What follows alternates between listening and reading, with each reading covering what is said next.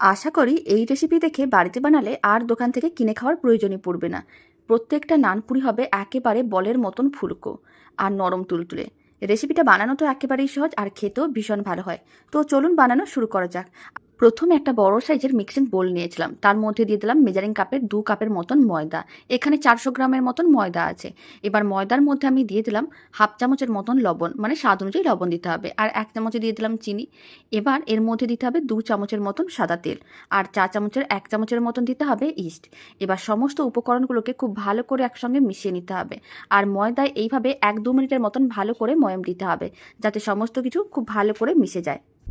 সমস্ত কিছু খুব ভালো করে মিশিয়ে নেওয়ার পরে এবার কিন্তু গরম জল নিতে হবে। জলটা আগে থেকেই গরম করে রাখতে হবে, তারপর অল্প অল্প জল দিতে হবে, আর এরকম একটা ডো রেডি করতে হবে। রুটি বা পরোটা করার জন্য যেরকমই ডোটা বানাই ঠিক সেরকম করেই ডোটা বানাতে হবে। খুব বেশি নরমও না, আবার খুব বেশি টাইটও না, ঠিক এরকম করেই ডোটা বানাতে হবে। এতে নানপুরিগুলো কিন্তু একেবারে নরম তুলতুলে আর বেশ ফুলকো হবে। এবার কিন্তু ঢাকনা দিয়ে ঢেকে দিতে হবে, আর 15 থেকে 20 মিনিট এইভাবে রেখে দিতে হবে। টাইমটা যদি আপনাদের কাছে বেশি থাকে তাহলে আপনারা বেশিও রাখতে পারেন। প্রায় 15 মিনিটই রেখেছিলাম। আপনারা দেখুন ডোটা কিন্তু বেশ ফুলে উঠেছে। এখন ডোটাকে আরেকবার ভালো করে মেখে নিতে হবে, আর ডোটাকে 1-2 মিনিট আরেকবার ভালো করে মেখে নেওয়ার পরেই কিন্তু ডোটা থেকে লেচি কাটতে হবে। লেচিগুলো আবার খুব বেশি বড়ও না ছোটও না। নানপুরিগুলো যদি আপনারা চান বড় করে বানাতে তাহলে কিন্তু বড় করে লেচি কাটতে হবে। যেহেতু আমি মিডিয়াম সাইজের লেচিগুলো কাটছি আর মিডিয়াম সাইজেরই নানপুরি হবে, এখন একটা করে লেচি নিয়ে নিতে হবে। তারপরে এরকমই গোল করে প্রেস করে চ্যাপটা করে নিতে হবে। কিচেন স্ল্যাবে অল্প করে তেল ব্রাশ করে রেখেছিলাম। এবার লেচিটাকে নিয়ে ঠিক এইভাবেই বেলে নিতে হবে, ঠিক যেমন করে আমরা লুচি বেলি, মানে অল্প করে তেল দিয়ে তারপরে কিন্তু বেলতে হবে। আর এখানে আমি নানপুরিগুলোকে খুব বেশি মোটা করে বেলছি না, একটু পাতলা করেই নানপুরিগুলো রেডি করছি। এতে নানপুরিটা দেখতে যেমন ভালো লাগবে খেতেও ভালো লাগবে। একইভাবে বাকি নানপুরিগুলো বেলে নিতে হবে। এখন একটা নানপুরি ভেজেও দেখিয়ে দিচ্ছি। কড়াইতে বেশ কিছুটা পরিমাণে সাদা তেল আগে থেকে গরম করে রেখেছিলাম। ফ্লেমটা মিডিয়ামে রেখেছি, আর একটা নানপুরি আমি গরম তেলের মধ্যে দিয়ে দিলাম।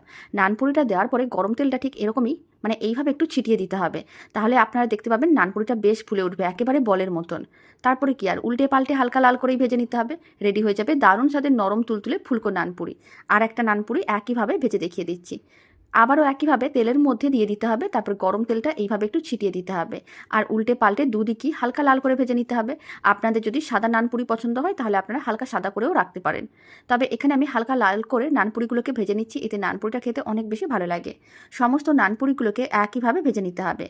সমস্ত নানপুরিগুলো ভেজে নেওয়ার পরে এখন আমি একটা প্লেটের মধ্যে কয়েকটা নানপুরি সার্ভ করে নিচ্ছি। আর এই দারুণ স্বাদের নানপুরির রেসিপিটা শেষ পর্যন্ত দেখার জন্য অসংখ্য ধন্যবাদ। ভালো লেগে থাকলে আপনারা যদি ফেসবুক থেকে রেসিপিটা দেখছেন পেজটিকে ফলো করে নেওয়ার অনুরোধ রইল। ইউটিউব থেকে দেখলে চ্যানেলটি সাবস্ক্রাইব করে নেওয়ার অনুরোধ রইল। পাশে থাকা বেল আইকনটি প্রেস করে নেবেন নতুন রেসিপির আপডেট সবার আগে পাওয়ার জন্য। তো চলুন ভিডিওটা আমি এখানেই শেষ করছি।